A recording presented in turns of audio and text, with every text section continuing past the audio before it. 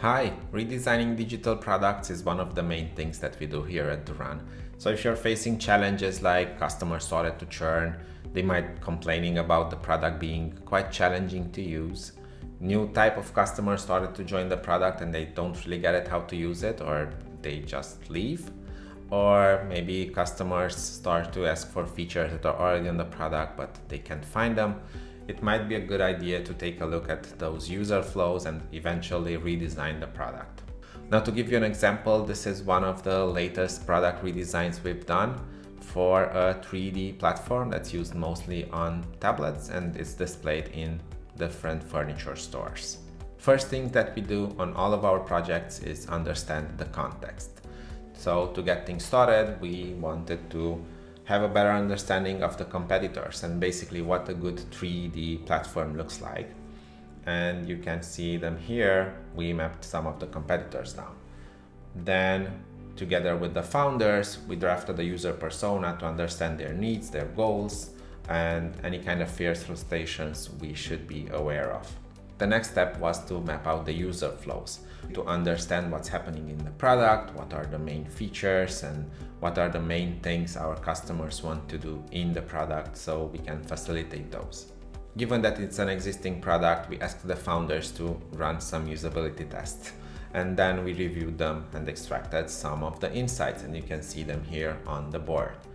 All these insights then were clustered. You can see some of the clusters here. We had challenges regarding first-time usage, regarding product navigation in general, how the final product is displayed and understanding the context of how that product might actually look like in my own room, different settings regarding like materials and colors and how to create the actual sofa that you will want to buy. And as you can see, once we clustered, we created some how might be questions to just summarize all the challenges and have a proper understanding of what are the main challenges that we want to tackle. We also created a mood board, basically screenshotted some of the competitors and put them here for inspiration to understand how people can interact in those products, what they can do, what are the pros and cons of them, and in general, how those products work. This was very handy for our next exercise, where we highlighted very specific things that can be helpful for our own product. So you can see there are a couple of examples on the screen, and we highlighted the stuff that we liked about them, either regarding the navigation, either regarding how the product is displayed, or how you can actually interact with a couple of things that are on the product, like adding different parts, customizing different sections of the product. Then we created some sketches together with the founders. Once again, we sketched out some possible solution ideas. And as you can see, we had 4 ideas presented here. This was a good starting point for the design phase because we could have a lot of those nitty-gritty back and forth discussions at this stage without wasting too much time, and then streamline in a way the design phase. So we could discuss about the sidebar and the actions that we need there, and what are the main functionalities that we should showcase, in general how the flow would work, and how people can create their own furniture.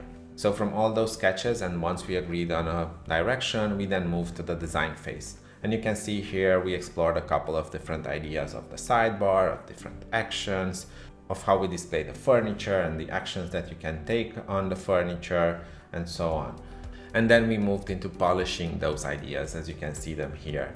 We created a design system with all the elements to help the development stage, and then we designed all the screens that are needed for putting the whole product together. You can see how different modals open and what you can interact with, and yet all these details that are needed to put the whole product together. And this is how the final product works. You can select your sofa, you can change it to a different version of it, you can customize colors and materials, you can read more about those materials, you can customize the space to have a better idea of how that specific sofa will look like in your own room. And then you can set that, you can hide this menu bar if you want, and then create basically the invoice to actually buy the sofa with all the details that you have regarding the pricing and the parts and the colors and so on. If you have any questions, let me know. Happy to chat. Thanks.